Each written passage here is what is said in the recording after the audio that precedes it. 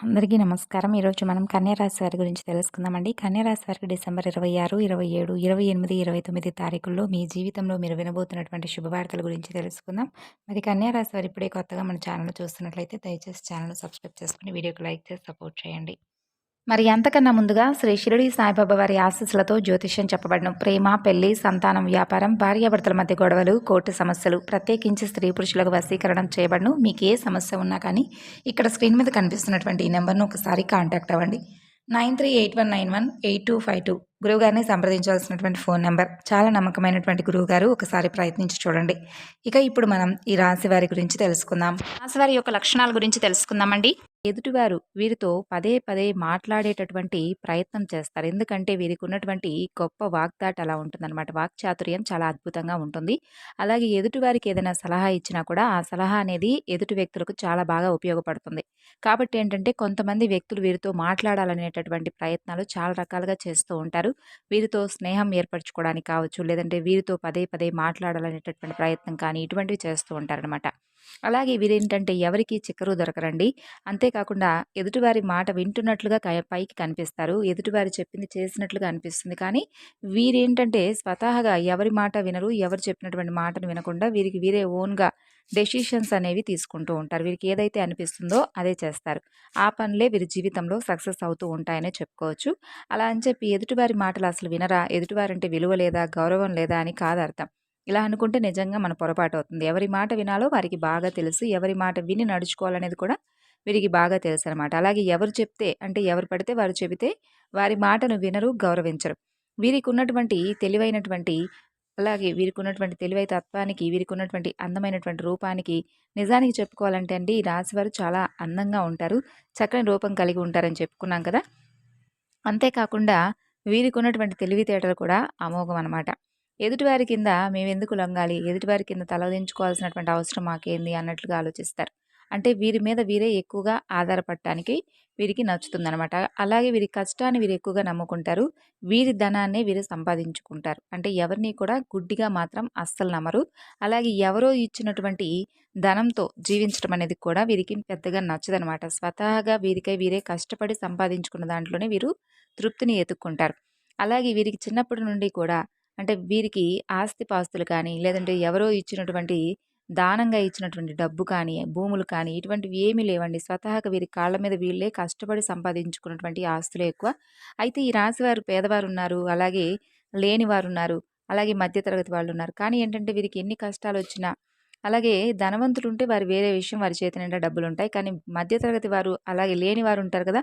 అటువంటి వారికి కూడా ఏంటంటే అవసరానికి సరిపడా చేతికి ధనం అనేది అందుతుందనమాట. అంటే వీరికి ఒక రకంగా చెప్పాలంటే అది ఒక అదృష్టమేనండి. ఎందుకంటే అవసరానికి తగినప్పుడే మన దగ్గర కొంతమంది వ్యక్తుల దగ్గర గమనించినట్లయితే వారికి అవసరం అప్పుడు అసలు అమౌంట్ అనేది చేతిలో ఉండదనమాట. అలాగే లేనప్పుడు, అంటే ఏ అవసరం లేనప్పుడు ధనం అనేది ఉంటుంది. కానీ వీరికి అలా కాదు, అంతా ఆపోజిట్. చేతి నిండా కూడా ధనం అనేది ఎప్పుడూ కూడా అవసరానికి సర్దుబాటు చేసే విధంగా వీరికి చేతిలో డబ్బు ఉంటుంది.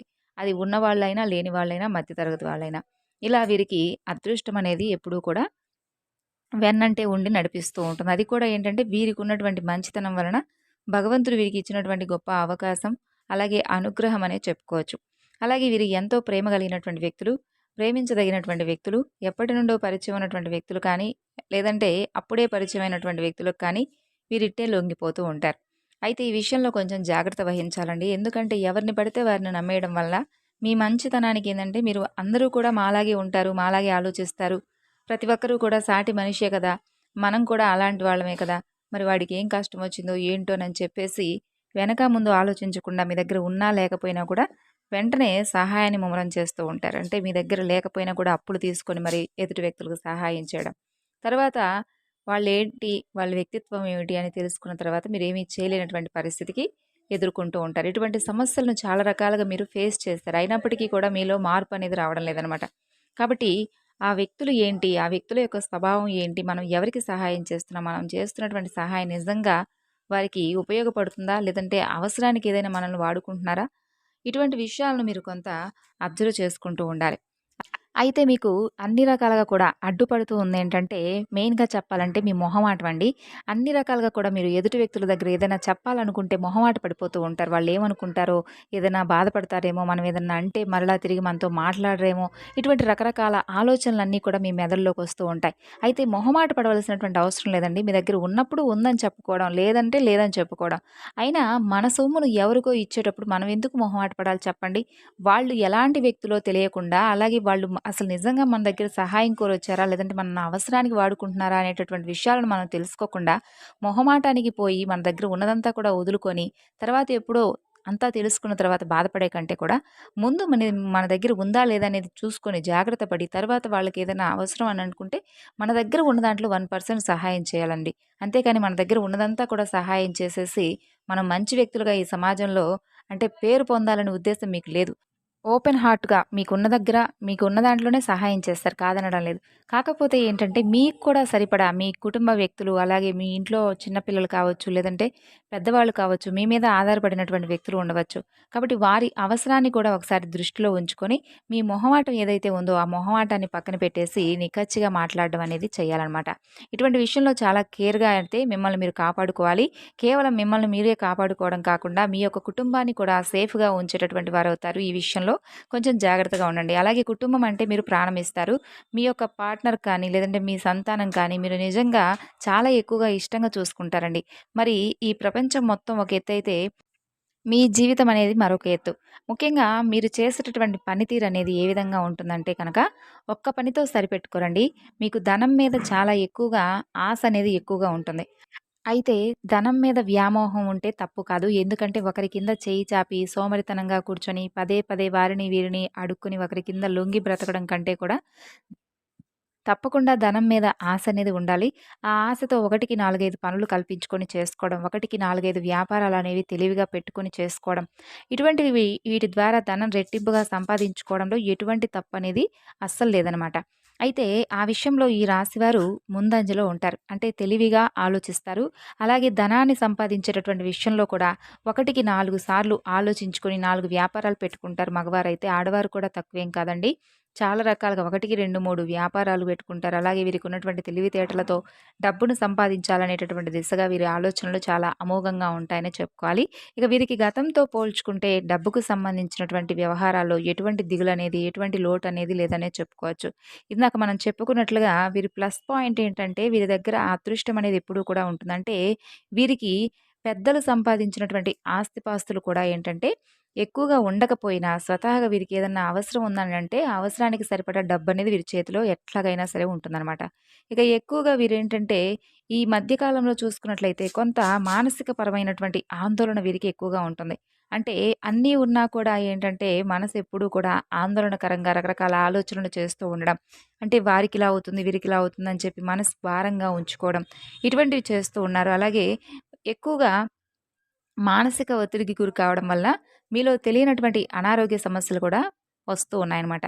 కాబట్టి ప్రెజెంట్ ఉన్నటువంటి ఈ రోజుల్లో ఎప్పుడు ఎవరికి ఏమవుతుందో తెలియనటువంటి ఈ రోజుల్లో మీ మనసును ప్రశాంతంగా ఉంచుకోవడానికి కొంచెం చాలా కష్టమైనటువంటి పనే. కానీ ఏంటంటే మీరు చేసేటటువంటి కొన్ని ముఖ్యమైనటువంటి పనుల వల్ల మనసు అనేది ప్రశాంతంగా ఉంచుకోవచ్చు. అంటే పిల్లలతో సంతోషంగా గడపడం, అలాగే ఇంట్లో చక్కగా ప్రశాంతంగా వాతావరణం అనేది మనకు మనమే క్రియేట్ చేసుకోవడం.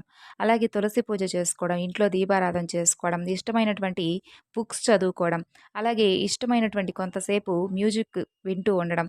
ఇటువంటివి చేయడం, భక్తి గీతాలను ఆలకిస్తూ ఉండడం.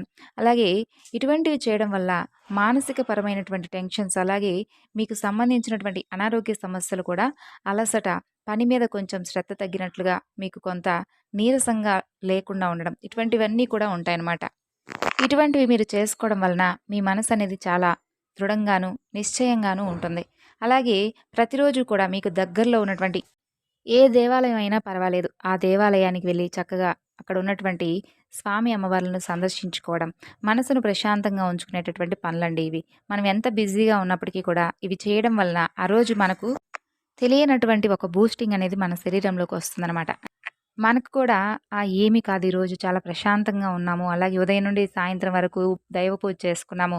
ప్రశాంతంగా దైవాన్ని దర్శించుకున్నాం కాబట్టి మనసనేది చాలా తేలిగ్గా ఉంటుంది అనని మనకే అనిపిస్తుంది. అలాగే రకరకాల ఆలోచనలు చేయకుండా మనసనేది చాలా సేఫ్‌గా ఉంటుంది.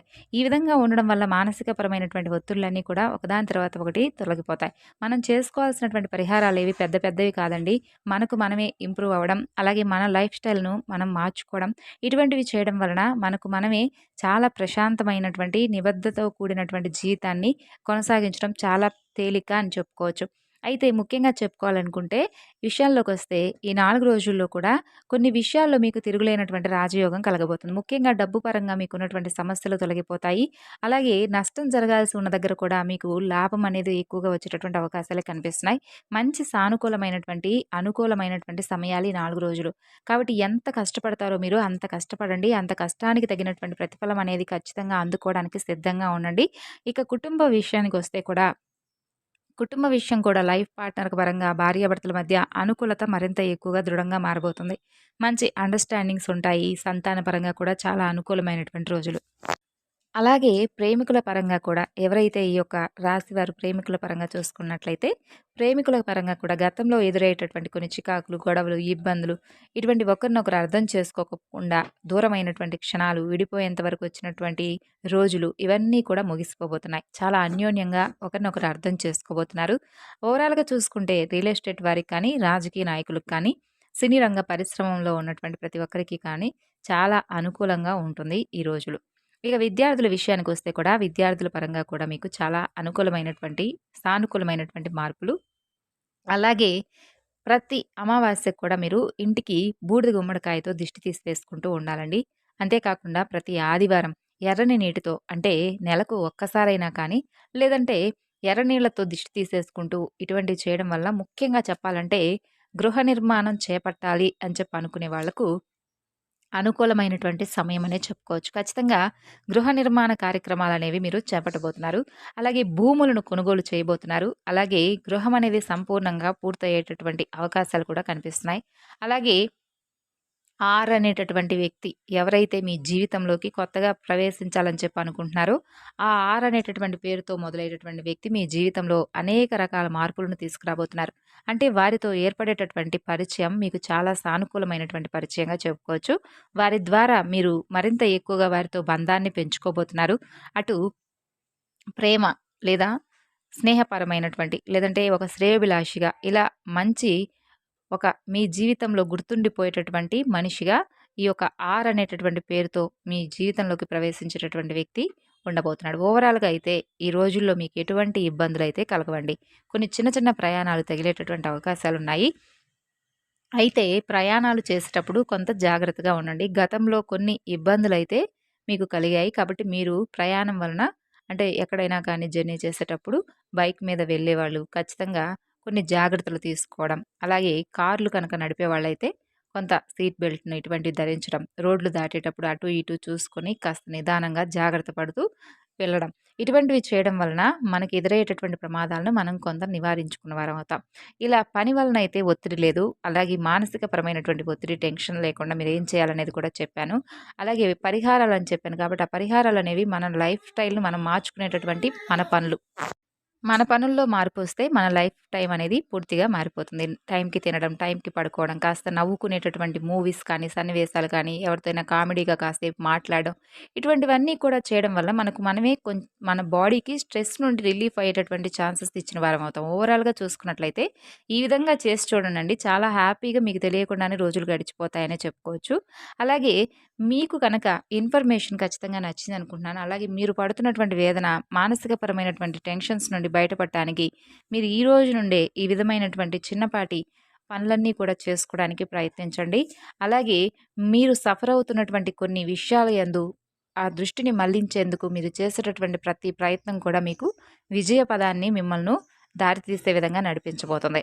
కాబట్టి చికాకులు, గొడవలు, టెన్షన్స్ అలాగే ఇబ్బందులు, ఫోన్లు మాట్లాడుకోకుండా ఏదన్నా చికాకులో ఉన్నటువంటి వ్యక్తులు ఇటువంటివన్నీ కూడా పక్కన పెట్టేసి ఉన్నటువంటి ఈ చిన్నపాటి జీవితాన్ని ఆనందంగా ప్రతి మూమెంట్‌ను, ప్రతి క్షణాన్ని కూడా హ్యాపీగా ఎంజాయ్ చేసినటువంటి మనకు ఒక ఫీలింగ్ అనేది రావాలి. కాబట్టి ఈ విధంగా మనల్ని మనం మార్చుకొని, మన లైఫ్ స్టైల్‌ని మార్చుకోవడానికి ప్రయత్నిస్తే మనకు తెలియకుండానే రోజులనేవి గడిచిపోతాయి. చాలా ప్రశాంతంగా మనకు ప్ర సానుకూలమైనటువంటి ఒక ముఖ్యమైనటువంటి సానుకూలమైనటువంటి రోజులుగా మన జీవితంలో గుర్తుండిపోతాయి. భగవంతుడి యొక్క ఆరాధన చేయడం వలన మీకు మరింత ఎక్కువగా భగవంతుడి యొక్క అనుగ్రహం అనేది కలుగుతుంది.